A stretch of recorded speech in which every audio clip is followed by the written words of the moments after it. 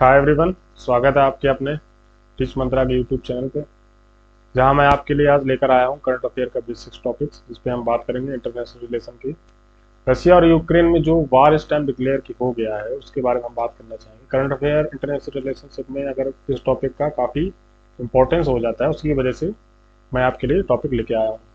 Current affair का video आप इसके पहले देख चुके होंगे, जस्ट उसके बाद ये वीडियो प्रीमियर पे है, तो आप इस वीडियो को भी देखें और समझें कि इस न्यूज़ का हमारे पॉलिटिकल इस जो इंटरफेरेंस डेवलप हुई है वर्ल्ड लेवल पे, वर्ल्ड पॉलिटिक्स में इस टाइम जो ये चीज़ काफ़ी डेवलप हो गई है, उसकी वजह से हमारे एग्जाम्स में और कौन कौन से क्वेश्चन आ सकते हैं, और इस जो कॉन्फ्लिक्ट का है उसका बाकी पॉलिटिकल क्वेश्चन के हिसाब से या हिस्टोरिकल क्वेश्चन के हिसाब से क्या चीज़ें वहाँ पे होंगी। तो जो हम बात करें रसिया और यूक्रेन का और इंडिया के हिसाब से, अगर हम तीनों को देशों को देखें तो उनके तीनों देशों के अपने अपने मतलब हैं, अपने अपने महत्व हैं। रसिया और यूक्रेन एक दूसरे का पहले पार्ट हुआ करते थे। यूएसएसआर जब था, यूएसएसआर बाकी जब अलग हो गया, एक दूसरे से अलग हुआ 1950s के बाद से, यूएसएसआर जब अलग हुआ उसके बाद चीज़ें काफ़ी बदली। तो जब थर्ड इंडिया वहाँ पे आया 1971 में, इंडिया ने एक ट्रीटी साइन की रसिया के साथ। रसिया के साथ एक ट्रीटी साइन की। इस टाइम ना अपने स्वर्ण सिंह जो थे यहाँ पे फॉरेन मिनिस्टर हुआ करते थे, स्वर्ण सिंह के टाइम पे ये ट्रीटी शामिल हुई। रसिया के प्रेसिडेंट ने आके 1971 में भारत के साथ ये समझौता किया। तो इस हिसाब से रसिया और इंडिया के रूल्स में, मतलब जो संबंध थे, रिलेशनशिप थे, वो काफ़ी गहरे हो गए, काफ़ी इनमें नज़दीकियाँ आ गई, जिसकी वजह से उसके बाद जब 1971 के वॉर के टाइम पे जब हमारा युद्ध लड़ रहे थे चाइना के साथ उस टाइम, तो अमेरिका जब हम इंडिया के ऊपर हमला करने वाला था, तो रसिया की वजह से वो हमला नहीं हुआ, क्योंकि रसिया वहाँ पे सीधे सीधे रसिया ने 1971 की ट्रीटी के बाद सीधे तौर पे बोल दिया कि भारत पे हुआ हर एक हमला वो रसिया पे हमला माना जाएगा। तो इस वजह से काफ़ी चीज़ें बदल गई। तो ये चीज़ हम बैकग्राउंड के हिसाब से लेके चल सकते हैं कि अब जब जो कंडीशन आज के टाइम पे है, रसिया ने वार डिक्लेयर कर दिया है यूक्रेन के खिलाफ, वार की स्थिति बन चुकी है, तो इंडिया वहां पे कहाँ है, इंडिया वहां पे किस जगह खड़ा दिखाई देता है, तो इस चीज को हम आज डिस्कस करेंगे, बात करेंगे। तो पहले तो हम हिस्टोरिकल बैकग्राउंड पे बात कर लेते हैं। बाकी अगर अभी तक आपने चैनल सब्सक्राइब नहीं किया तो प्लीज सब्सक्राइब करें, वीडियो को लाइक नहीं किया do like the video, and हमारे चैनल को शेयर करें सभी अपने फ्रेंड्स के साथ। और ऐसे ही मैं आपके लिए जो करंट के इंपॉर्टेंट टॉपिक्स होंगे उन पे टॉपिक्स को लेकर अलग से वीडियो बनाता चलूंगा, जिससे कि आपके कुछ टॉपिक्स जो है वो क्लियर होते चलें, क्योंकि करंट अफेयर का ये टॉपिक है आपका, और इंटरनेशनल रिलेशन के लिए भी काफ़ी इंपॉर्टेंट हो जाता है, क्योंकि करंट अफेयर का जो सेक्शन हम लेके चलते हैं उसमें हम कोई भी एग्जाम हो, ऑल एग्जाम को फोकस कर रहे हैं। तो यूपीएससी लेवल पे और यूपीएससी के लेवल पे ये आपकी न्यूज़ इंटरनेशनल रिलेशन में काफ़ी इंपॉर्टेंट हो जाती है। सो जैसे कि आप देख रहे हैं अपनी स्क्रीन पर, ये हमारे जो ये साहब हैं, ये व्लादिमीर पुतिन है।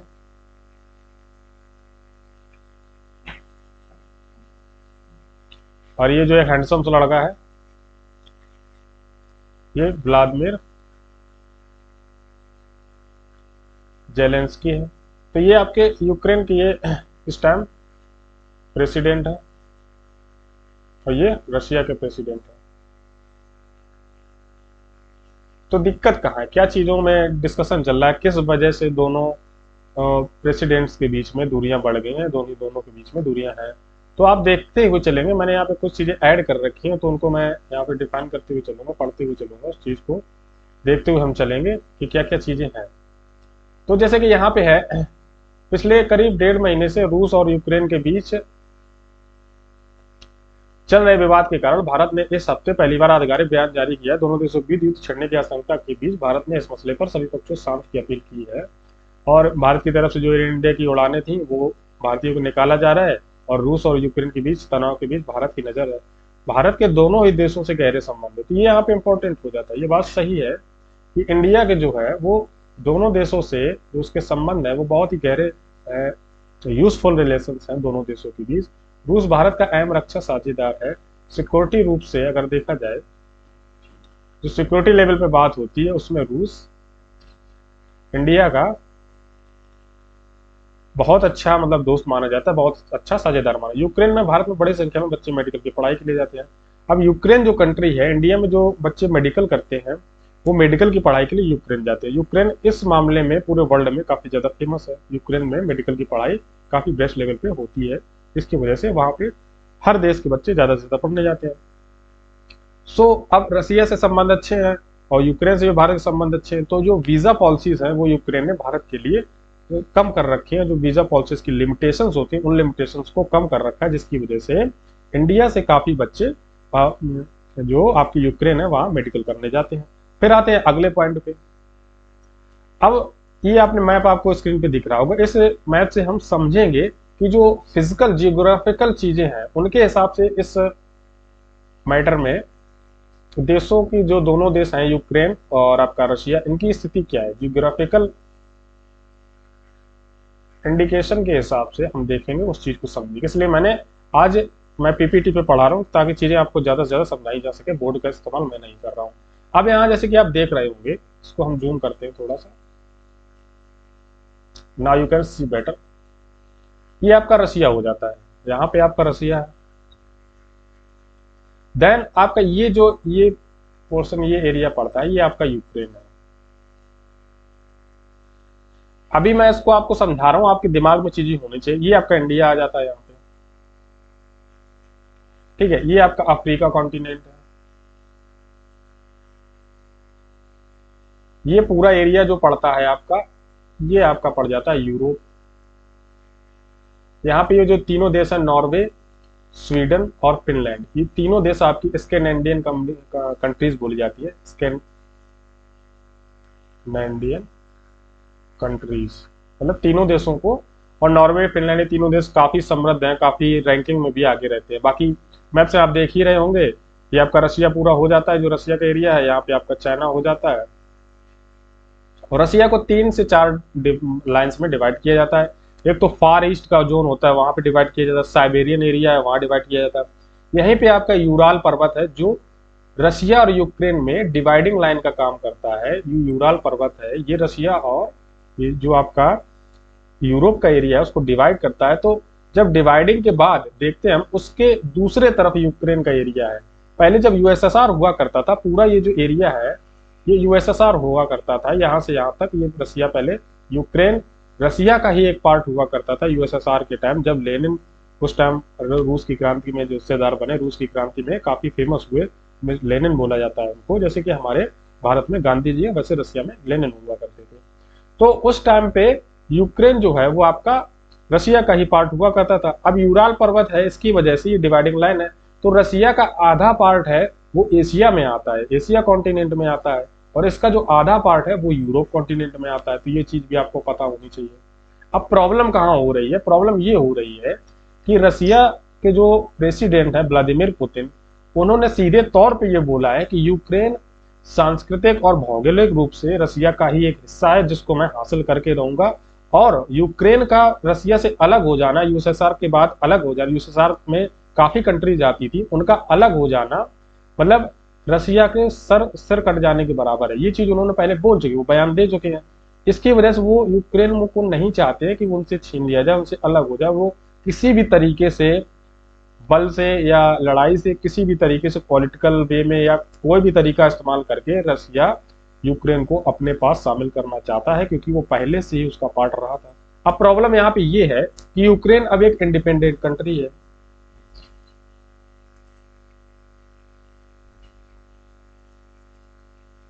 यूक्रेन एक इंडिपेंडेंट कंट्री है, तो वहां के जो आपके, मैं बताता हूँ, जेलेंस्की जो वहां के प्रेसिडेंट है, उन्होंने साफ तौर पे बोल दिया है कि हम एक इंडिपेंडेंट कंट्री, हम नहीं चाहेंगे कि कोई भी आके हमसे जो चीजें हैं वो डायरेक्ट आके बोलेगा कि हम यूक्रेन में सरकार नहीं रहने देंगे या कुछ भी करेंगे।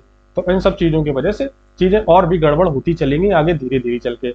अब ये चीज आपको फिजिकली आपको समझ में आ गया होगा कि यूक्रेन ये है, रसिया ये है, बाकी जो चीजें वो आपको क्लियरली समझ में आ गई होगी। बाकी और मैं बताना चाहूँ तो काफी चीजें बता सकता हूँ। ये इंडियन ओशियन है, ये आपका फारस की खाड़ी है, यहाँ पे ये आपका ट्रेंच बोला जाता है, यहाँ पे ब्लैक सी है, यहाँ पे कैस्पियन सी है, और यहाँ पे आपका अरल सागर। बाकी चीजें वो उन सब पे जियोग्राफिकल आपकी जब जियोग्राफी वाले टीचर होंगे वो आपको पढ़ाएंगे।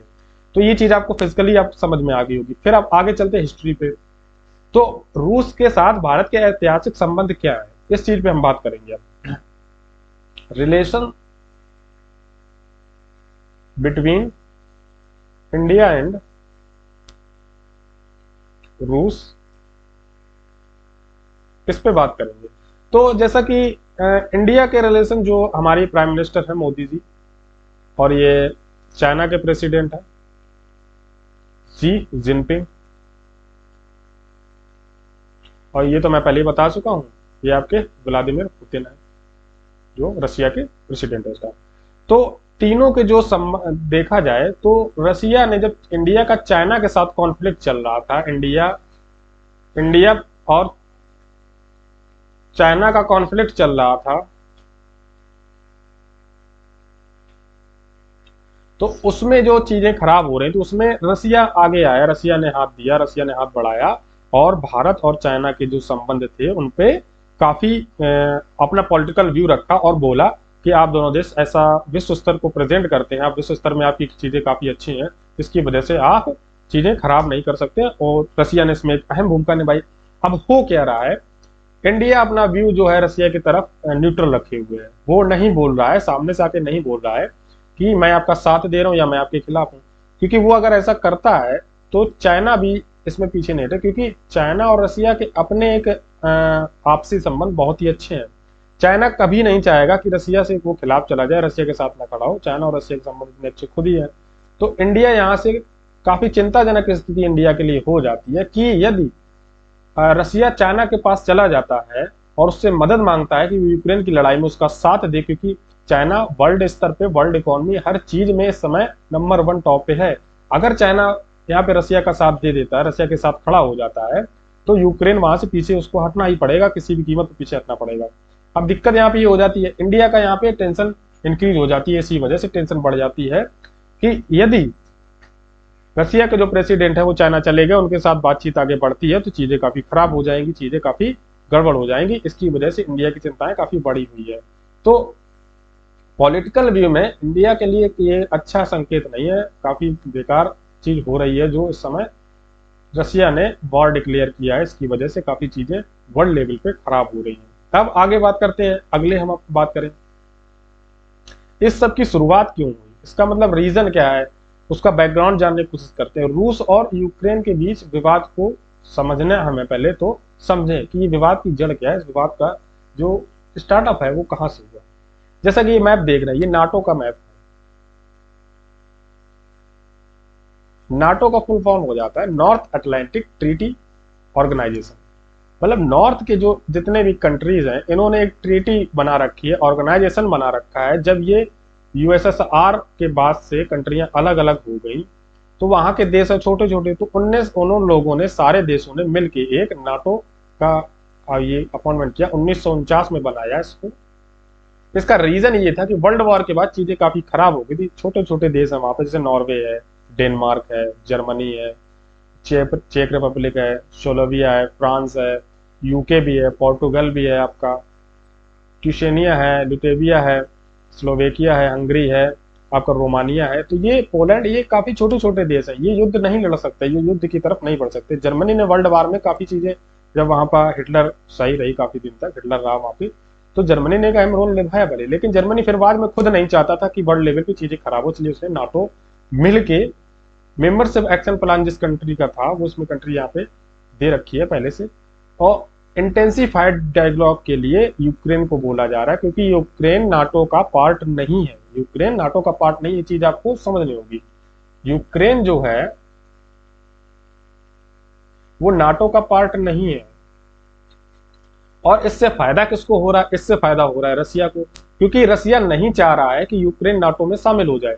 अगर ऐसा होता है, क्योंकि नाटो इन देशों को सिक्योरिटी प्रोवाइड करवाता है, सिक्योरिटी ये प्रोवाइड कराता है कि आपको कोई भी बाहर से देश आपको परेशान नहीं कर सकता, आपसे लड़ नहीं सकता है, आपको मदद हम देंगे, हम अपने सैनिक देंगे, हम अपने टैंक देंगे, अपने हथियार देंगे, सब कुछ हम देंगे। नाटो सब कुछ प्रोवाइड करवाता है, मतलब सिक्योरिटी देता है। एक तरह से नाटो आप ये समझ लीजिए कि एक कवच के रूप में है इन सारे देशों के लिए, जो आपके नॉर्थ अटलांटिक ट्रीटी के तहत जितने भी देश आते हैं उनके लिए एक सिक्योरिटी का काम करता है नाटो। अब यूक्रेन चाह रहा है कि मैं नाटो में शामिल हो जाऊं, लेकिन रसिया की कॉन्फ्लिक्ट थ्योरी जो है, पॉलिटिकल थ्योरी है, वो इतनी हाई है, हैवी है, वो चाइना के साथ मिलकर, अमेरिका के साथ मिलकर चीजों को एक साथ इकट्ठा करके यूक्रेन को नाटो में शामिल नहीं होने दे रहा है। क्योंकि वो हर बार यही बोलता है कि यूक्रेन रसिया का पार्ट रहा है, कल्चरल रूप से, सांस्कृतिक रूप से और भौगोलिक रूप से, दोनों की चीजें एक दूसरे से मिली हुई हैं। अब मेन प्रॉब्लम यही क्रिएट हो रही है। इसमें लिखा भी है, जैसे पिछले साल दिसंबर 2021 की बात के रूप में लिखा गया, अमेरिका समेत पश्चिमी देशों का अपनी मांगों के बारे में बताया था। रूस पश्चिमी देशों से लिखित आश्वासन चाहता था कि NATO, North Atlantic Treaty Organisation के पूर्व की तरफ ना बढ़े, मतलब इस तरफ बढ़ने के लिए मना किया है। रसिया ने सीधा सीधा मना है, और अमेरिका भी साथ दे रहा है रसिया का इस चीज में, क्योंकि अमेरिका खुद नहीं चाह रहा कि यूरोप के अगर सारे देश मिलकर नाटो को, उसमें जितने ज्यादा देश शामिल होते जाएंगे उतना ही हमारे लिए खतरे की घंटी बढ़ती जाएगी, व्यापारिक रूप से और सिक्योरिटी लेवल पे, और हमारी जो विश्व स्तर पे हमारी पहुंच है वो भी कम होती चली जाएगी। इसके अलावा रूस ने पोलैंड व बाल्टिक राज्यों से नाटो की सेनाओं को हटाने और यूरोप से अमेरिकी नाभिकी हथियार हटाने की मांग की थी। अब यहाँ पे आप समझ सकते हैं कि रसिया, जो बाल्टिक देश है वहां के, यहाँ पे बाल्टिक देश भी बोले जाते हैं, जो मतलब सागर किनारे वहां पे हैं देश, आपके बाल्टिक कंट्रीज भी बोली जाती है उनको, आपका जो आ जाता है। इन मांगों में सबसे अहम रहा कि यूक्रेन को कभी नाटो में शामिल होने की मंजूरी न दी जाए। अमेरिका समेत पश्चिमी देशों ने इसे स्वीकार नहीं किया। अब यहाँ पे अमेरिका, मैं पहले बोल चुका हूँ, अमेरिका भी नहीं चाह रहा है, और यहाँ के जो वेस्टर्न कंट्रीज के जितने भी देश हैं वहां क्या, चाहे आपका कनाडा हो जाए या अमेरिका हो जाए, अमेरिका के बाद आपका आ जाता है ब्राजील हो जाए, या कोई भी कंट्री हो जाए, साउथ अमेरिका, नॉर्थ अमेरिका की जो वेस्टर्न कंट्रीज है, कोई भी कंट्री हो जाए, वो नहीं चाह रहे कि यूक्रेन नाटो में शामिल हो जाए। बाकी वो ये भी नहीं चाह रहा है कि नाटो में ज्यादा से ज्यादा देश शामिल होता है, क्योंकि 1949 में इसकी स्थापना हुई, 1952 में जर्मनी वगैरह वहां पे जुड़ गए, टर्की वगैरह उसने जोड़ लिए, 1955-90 में जर्मनी, चेक रिपब्लिक और स्पेन वगैरह जुड़ गए, 1999 में पोलैंड भी जुड़ गया, 2004 में आपका रोमानिया भी जुड़ गया, 2009 में आपका और भी कंट्रीज जुड़ी, 2017 में और भी कंट्रीज जुड़ी। तो इस तरीके से इस जो नाटो आपका ऑर्गेनाइजेशन है, इसमें कंट्रीज की संख्या बढ़ती जा रही है, जिसकी वजह से रसिया काफी चिंतित है, इसी वजह से ज्यादा चिंतित है। तो मेन जो लड़ाई का रीजन है वो यही है कि नाटो कोई अंदर नहीं चाह रहा है, वो नाटो को खत्म करना चाह रहा है। रसिया खुद चाह रहा है कि नाटो से यूक्रेन नाटो में शामिल अगर हो गया तो वो यूक्रेन पे कभी भी कब्जा नहीं कर पाएगा, कभी भी उसके अंदर आप अपने आप को शामिल नहीं कर पाएगा, यूक्रेन उसका पार्ट नहीं हो पाएगा कभी भी। अब चलते हैं नेक्स्ट फैक्ट पे, हिस्ट्री पे बात करें। अगर हिस्टोरिकल रूप से देखा जाए तो जो रसिया का पहले यूएसएसआर का पोर्शन हुआ करता, तो वो मैंने यहाँ पे मैप इंक्लूड किया है। जो यूएसएसआर हुआ करता तो वो आपका इस तरीके से काम कर रहा था, पहले यूएसएसआर हुआ करता। ये जैसे ये आपका यूक्रेन है, यूक्रेन यहाँ पे आपको दिख रहा होगा, ये आपका यूक्रेन हो जा रहा है, ये यूक्रेन है। तो ये सारे कंट्री ये पहले इस तरीके से रसिया काम कर रहा था। रसिया, कजाकिस्तान भी रसिया का ही मतलब एक पार्ट पहले एक तरीके से माना जाता था, क्योंकि जो चीजें थी वो यहाँ से होकर ट्रांसफर हो रही थी। बाकी ये आपका एशिया में इंडिया के पास की ये कंट्रीज आपकी मानी जाती है। जो रेड आपके सर्कल से दिख रहे हैं ये कंट्रीज बाद में अलग हुई हैं, लेकिन पहले ये सारी यूएसएसआर के अंदर ही आती थी। बाल्टिक सी, बैल्टन sea, Antarctic sea, Bering sea, sea of ऑस्कोस और व्लादिवोस्टोक जो कंट्री है वहां की। अब यहाँ पे ट्रांस साइबेरियन लाइन है जो वर्ल्ड की सबसे बड़ी फिजिकल लाइन है, रेलवे कंट्री सेंट पीटर्सबर्ग से ईस्ट पीटर्सबर्ग। यहाँ पे सेंट पीटर्सबर्ग का नाम इसलिए दिया गया, सेंट पीटर्सबर्ग वो वही स्टेशन, वही देश है जहाँ से आपके महात्मा गांधी को वहां से निकाला गया था, उसकी वजह से वो इंडिया के उन्होंने क्रांति की शुरुआत कर दी थी। तो ये चीज एक फैक्ट पॉइंट हो जाएगा। तो हम बात कर रहे थे रसिया के जो गॉड फादर बोले जाते हैं, रसिया के फादर बोले जाते हैं, सॉरी जस्ट अ सेकेंड, हाँ, तो रसिया के जो फादर बोले जाते हैं वो लेनिन को बोला जाता है। देन जब 90s और मतलब 90s के पहले 80s 90s के टाइम की बात करें तो 80s 90s में लेनिन काफी उस टाइम फेमस, मतलब लेनिन का वहां पे काफी प्रभाव छूट चुका था, क्योंकि जब हम देख रहे थे 1931 और 1917 इसके बीच में 1917 लेकर 1913 में जो रशियन रेवोल्यूशन हुआ था उसमें चीजें काफी अच्छी हुई रसिया के लिए, क्योंकि यूरोप की जो क्रांति हुई, यूरोपियन रेवोल्यूशन हुआ था, उससे आगे बढ़ के जो वहां पे ट्रायंगुलर चीजें हो रही थी, ट्रायंगुलर शासन था कि पहले राजाशाही है, फिर उनके राजा बेटे उनके राजा बन जाएंगे, इस तरीके से चीजें वहां चलती आ रही थी। तो वहां पे जो लेबर वर्ग था उसको कोई फायदा नहीं हो रहा था, लोग वहां मर रहे थे, किसी को कोई फर्क नहीं पड़ रहा था। तो वहां पे एक व्यक्ति आता है लेनिन, उन्होंने चीजों को काफी बदला, काफी चीजों के खिलाफ खड़े हुए 1917 से 1931 तक। इसी लेनिन क्रांति से वो इन्फ्लुएंस हुए, लाल क्रांति इसको बोल दिया जाता है, लाल क्रांति भी बोला जाता है। तो ये आपका आपने सिंबल देखा भी होगा, इंडिया में कई बार भी देखा होगा, लाल सलाम बोलते हैं ना लोग, लाल सलाम। तो इंडिया में भी ये चीज वहां से होते हुए बिहार के एरिया में, मजदूर एरिया में ज्यादा फेमस हुई, क्योंकि लेनिन ने डायरेक्टली बात की थी वो की थी मजदूर वर्ग की बात की थी। उन्होंने उनकी जो लड़ाई थी वो इन्हीं लोगों के लिए लड़ाई थी।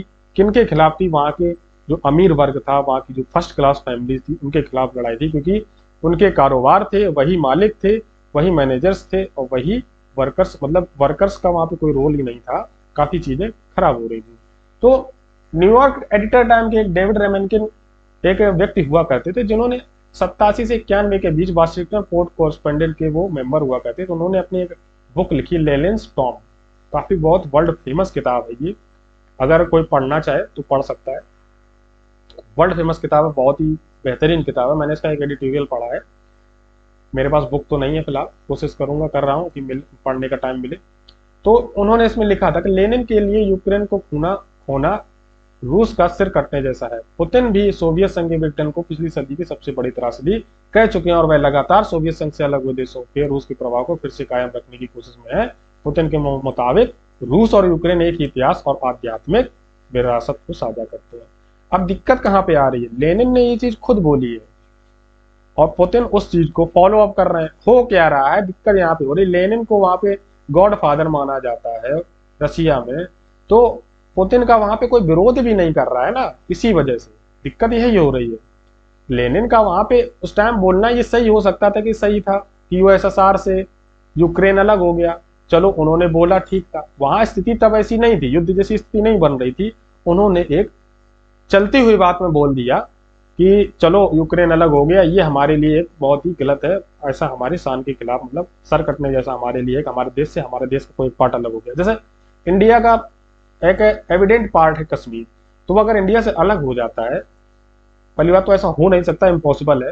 इंडिया से अगर अलग हो जाता है तो वो एक इंडिया के लिए बहुत ही सर कटने जैसी स्थिति हो जाएगी कि इंडिया का सर स्तंभ, जो उसका सर मुखार है, वो उसका कट गया, मतलब उसका मान सम्मान खत्म हो गया, भारत का मान सम्मान खत्म हो गया। तो वही सेम एग्जांपल जब वहां पे अप्लाई करके देख रहे हैं, तो यूक्रेन, क्योंकि यूक्रेन का जो इकोनॉमिक बेस है, इकोनॉमिक बेस काफी इसका वहां पे महत्वपूर्ण चीजें हो जाती थी रसिया के, क्योंकि रसिया का जो साइबेरिया का एरिया है वो पूरा जंगल है, वहां पे कुछ हो नहीं पा रहा, कुछ होता ही नहीं है, पूरा का पूरा एरिया जंगल का है। सिर्फ वहां सर्दी और गर्मी बरसात, इसके अलावा कुछ नहीं है। पूरा साइबेरियन एरिया बोला जाता है, सिर्फ जंगल के अलावा कुछ नहीं है। तो रसिया का जो मेन कॉन्फ्लिक्ट है वो उसका ईस्टर्न पॉइंटर और लेक मॉस्को, इन सारे शहरों से उसका चीजें चलती हैं, इन सारे शहरों से उसकी चीजें आगे बढ़ पाती हैं।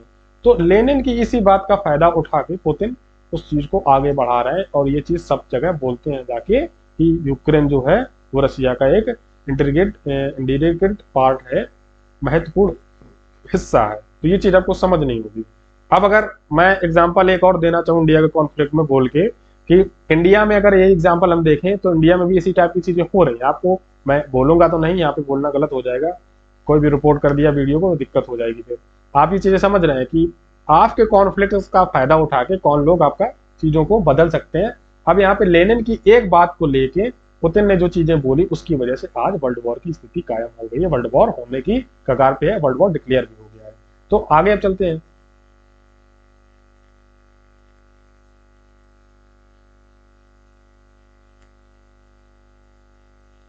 Sorry, just a second, we have lost our data.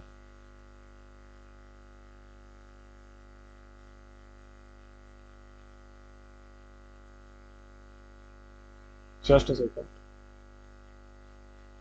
Okay, now we are. थोड़ा बग हो गया था, इसकी वजह से स्क्रीन हम पीछे हो गए।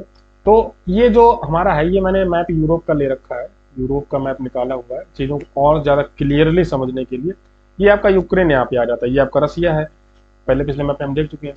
बाकी ये आपके ये देश आ जाते हैं जो आपका स्कैंडिनेवियन कंट्रीज बोल दिया जाता है। यहीं पे आपके देश हैं जो आपका बाल्टिक कंट्रीज बोल दिया जाता है, ये आपके देश जो आ जाते हैं इनको बाल्टिक कंट्रीज बोल दिया जाता है। ये आपका आइसलैंड है, ये आपका यूके है, यूनाइटेड किंगडम, इसमें ब्रिटेन, आयरलैंड और नॉर्थ सी, इन सारे देशों को मिला के यूके बोला जाता है। फ्रांस है आपका, स्पेन है, और बाकी देश भी हैं आपके, वो देख सकते हैं आप मैप में। मेन हमारा जो टॉपिक है उस पर फोकस करके चलते हैं। यूक्रेन, यूक्रेन के बारे में हम बात कर रहे हैं। यूक्रेन आपका ये है, ये आपका रसिया है। तो यहाँ पे लिख रखा है, पहले से मैंने जो चीजें हैं उनको पहले से शामिल करा है। 90s के टाइम में, जब 90 की सदी में विंटर वॉर चल रहा था, और उसके टाइम विंटर वॉर जब समाप्त हुआ तो नाटो का विस्तार पूर्व की तरफ हुआ। नाटो के बारे में मैं बोल चुका हूँ, वो पूर्व की तरफ बढ़ने लगा, मतलब रसिया की तरफ बढ़ा, उन वहां के आगे के देशों को भी जोड़ने की कोशिश करने लगा। तो उसमें कजाकिस्तान आ गया, टर्की आ गए, जो आपका सऊदी अरब आ गया, बाकी देश भी उस साइड के जितने भी हैं उनको जोड़ने की कोशिश नाटो ने की। तो जो पहले से सोवियत संघ का हिस्सा थे, मतलब वो नाटो खुद चाह रहा कि सोवियत संघ के जो देश है वो मेरे साथ शामिल हो जाए। तो रूस ने इस खतरे के रूप में देखा, रूस को ये खतरा लग रहा है और रूस का खतरा महसूस करना ठीक भी है, क्योंकि वो नहीं चाह रहा ना, रूस के व्लादिमीर पुतिन क्यों चाहेंगे कि कोई कंट्री मेरे देश से अलग होके वो इतना पावरफुल हो जाए कि वो हमसे भी आगे निकल जाए, तो वो नहीं चाह रहे ना। यूक्रेन अभी इसका हिस्सा तो नहीं है, लेकिन यूक्रेन द्वारा नाटो देश के साथ संयुक्त सैन्य अभ्यास और अमेरिकी एंटी टैंक मिसाइल जैसे हथियारों को हासिल करने से रूस सतर्क हो गया है।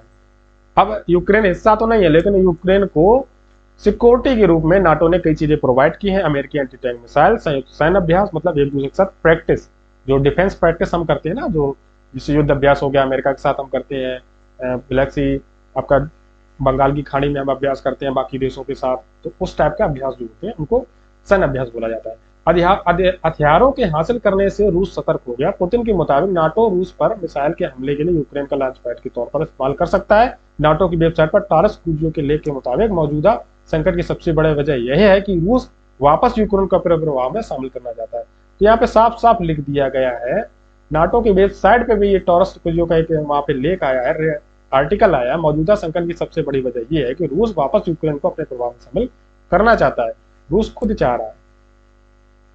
तो आप खुद अंदाजा लगा सकते हैं, मैं बोलूंगा नहीं सामने से खुद से कि इस जो पूरा मैटर है इसमें किस देश की गलती है, किस देश की, क्योंकि यूक्रेन एक इंडिपेंडेंट कंट्री है। तो क्या मतलब बनता है आप चीजों का, आप खुद उस चीजों को गड़बड़ कर रहे हैं, खराब कर रहे हैं। देन अब आते हैं अगले अपने पॉइंट पे, कंक्लूजन पे।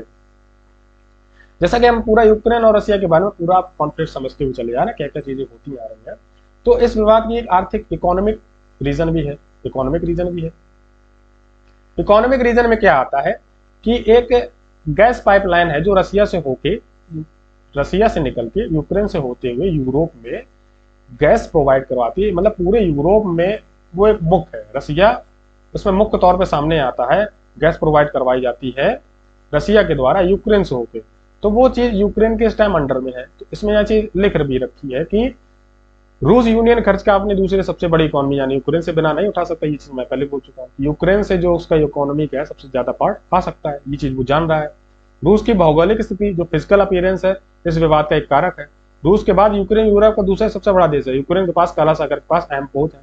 यहाँ पे जो ब्लैक सी है, ब्लैक सी आपका पड़ता है, यहाँ पे कई सारे यूक्रेन ने चीजों को सेटल कर रखा है, यहाँ पे बना रखा है, और रसिया इस चीज का फायदा उठाना चाह रहा है। रसिया खुद चाह रहा है कि मुझे वहां पे जगह मिल जाए, जिसकी वजह से मैं यूरोप के बाकी देशों पे अपना कॉन्फ्लिक्ट और स्थापित कर चुकूं, यहाँ पे अपनी सिक्योरिटी लगा के, इस जगह सिक्योरिटी लगा के बाकी जो नीचे के कंट्रीज हैं, एशिया के कंट्री हैं, उन पे भी आपके कॉन्फ्लिक्ट जमा सकूं। तो रूस इस तरीके से भी सोच रहा है, क्योंकि इसकी सीमा 4 नाटो देश से मिलती है। अभी आपका मोल्डोवा हो गया, रोमानिया हो गया, बुल्गारिया हो गया, और आपका आर्मेनिया हो गया, बेलारूस, यूक्रेन, बाकी जो भी कंट्रीज हैं यहाँ की वो नाटो में पहले से मिली हुई हैं। तो यूरोप की जरूरत का 1/3 नेचुरल गैस रूस सप्लाई करता है। यूरोप का जो 1/3 पार्ट ऑफ गैस का है, 1/3 पार्ट ऑफ गैस का है, वो रसिया से आता है। और किस रास्ते से आता है? यूक्रेन के रास्ते से होके आता है। तो एक प्रमुख पाइपलाइन यूरोप से होकर गुजरती है। ऐसे में यूक्रेन पर कब्जे से पाइपलाइन की सुरक्षा मौजूद होगी। यूक्रेन ये भी एक कॉन्फ्लिक्ट दे रहा है कि मतलब रसिया ये भी कॉन्फ्लिक्ट दे रहा है कि यूक्रेन हमारे जो वहां से पाइपलाइन निकल रही है उसको, हमारे संकट है पाइपलाइन को, वो उसको ध्वस्त कर सकते हैं, खराब कर सकते हैं, जिसकी वजह से काफी चीजें खराब हो जाएंगी और यूरोप का पूरा गैस पाइपलाइन कट जाएगा और उसके बिना यूरोप की कंट्री सर्वाइव नहीं कर पाएंगी। ये बात सही है, क्योंकि ये हो जाता है आपके यूरोप जो है वो आपका काफी ठंडा देश है, काफी वहां पे इन सब चीजों की काफी आधुनिक देश जितना ज्यादा होता जाता है उसकी ज्यादा जरूरतें, वो डिपेंडेंसी है, वो टेक्नोलॉजी की तरफ ज्यादा बढ़ती जाती है। इंडिया में वो चीजें अभी हम लोग को धीरे धीरे दिख रही है। बाकी ये जो यूरोप की कंट्रीज है ये टेक्नोलॉजीज पे इतने ज्यादा डिपेंडेंट है कि अगर 1 घंटे के लिए भी यहाँ पे नेट कट कर दिया जाए तो अफरा तफरी तबाही मच सकती है। तो इन सब चीजों की वजह से उसका रसिया फायदा उठा रहा है, इस चीज का रसिया खुद फायदा उठा रहा है। देन सारी चीजें आपको समझ में आ गई होंगी, मैंने पूरा बेहतर से एक्सप्लेन किया। अब पूरा एक आपके दिमाग में कॉन्फ्लिक्ट मतलब पूरा एक आइडिया क्रिएट हो गया होगा कि ये जो वर्ल्ड वॉर स्थिति बन रही है किस वजह से बन रही है। देन आते हैं हमारा पॉइंट, आगे क्या हो सकता है। मेन जो होता है किसी भी टॉपिक का मेन पॉइंट होता है वो यही होता है कि अब आगे क्या हो सकता है। आगे ये हो सकता है कि इंडिया को चाहिए ये कि उसके जो सिटीजन्स हैं उनको वहां से ठीक ठाक सर्वाइव करवाया जाए, सबको वापस लाया जाए, स्टूडेंट हो, वहां का कोई नागरिक हो, कोई इंडिया को ये करना चाहिए पहले तो। और इंडिया को एक कॉन्फ्लिक्ट ये क्रिएट करना चाहिए, वो यूक्रेन से भी बात करे और रशिया से भी बात करे, दोनों देशों के साथ साझा बैठक करके या साझा बात करके एक हेल्दी जो आपका डायलॉग है क्रिएट कर सकती है इंडिया। क्योंकि जो हमारे प्राइम मिनिस्टर हैं वर्ल्ड लेवल पे काफ़ी अच्छी इमेज है, तो उस चीज़ को आगे बढ़ा सकते हैं, उस चीज़ को आगे बढ़ाएं। और जो हमारे फॉरेन मिनिस्टर हैं हर्ष रंगले, उनको भी आगे बढ़ के आना चाहिए और इंडिया एक डायलॉग क्रिएट करना चाहिए, यूक्रेन से बात करे, रशिया से बात करे। क्योंकि ये जो वॉर की स्थिति की वजह से आपका मुंबई स्टॉक एक्सचेंज है, जो एमएससी है, बॉम्बे स्टॉक एक्सचेंज है, वो काफ़ी क्रैश कर गया है और जो स्टॉक्स मार्केट है उसमें काफ़ी चीज़ें खराब हो रही हैं। और इसकी वजह से इंडिया या तो वर्ल्ड लेवल पे काफ़ी चीज़ों में घाटा होगा। जो आपका एक्सपोर्ट इंपोर्ट का बिजनेस है उसमें भी काफ़ी कमी आएगी, चीज़ें खराब होंगी, इकोनॉमी भी डाउन चली जाएगी। हम लोग कोविड से तो पहले लड़ ही रहे हैं और किसी भी वर्ल्ड लेवल पे किसी कंट्री की इस समय ये स्थिति नहीं है कि एक वर्ल्ड वॉर हम और झेल पाए, क्योंकि कोविड ने पूरी तरीके से सब कुछ बर्बाद कर दिया है। तो जो था चीज़ें मैंने आपको पूरा बेहतर तरीके से एक्सप्लेन किया, पीपीटी का इस्तेमाल इसीलिए किया था चीज़ें आपको और बेहतर से मैं समझा पाऊँ। तो वीडियो अगर अच्छा लगा हो तो प्लीज़ शेयर करें, आगे बढ़ाएं। और अगर चैनल को अभी तक सब्सक्राइब नहीं किया तो प्लीज़ सब्सक्राइब करें और बीच मंत्रा को ऐसे ही आगे बढ़ाते रहें। हम आपके लिए ऐसे ही बेहतर टॉपिक्स पे और मैं वीडियो लाता रहूँगा। इंटरनेशनल रिलेशन आपका पूरा मैं इसी तरीके से कवर करते हुए चलूँगा। करंट अफेयर का जो मैंने आपका सेक्शन लिया है तो उसमें मैं आपको इससे भी बेहतर चीज़ें ला के दूंगा। अभी तो पीपीटी पे है, बाकी डिजिटल बोर्ड पे आ जाएंगे तो और भी चीज़ें आपके लिए बेहतर कर देंगे। तब तक के लिए ऐसे हंसते रहें, मुस्कुराते रहें। गुड मॉर्निंग, आपका दिन अच्छा हो और बाकी मैं यही कामना करता हूँ। और आज की जो क्लासें हैं क्लासों को एंजॉय करें। बाकी नए कोर्सेज हम ऐड करने वाले हैं, 1 मार्च का इंतजार करें, तैयार रहें। आपकी इतनी 1 मार्च पूरा होगा बहुत ही खास। तो तब तक के लिए signing off, good bye, see you soon.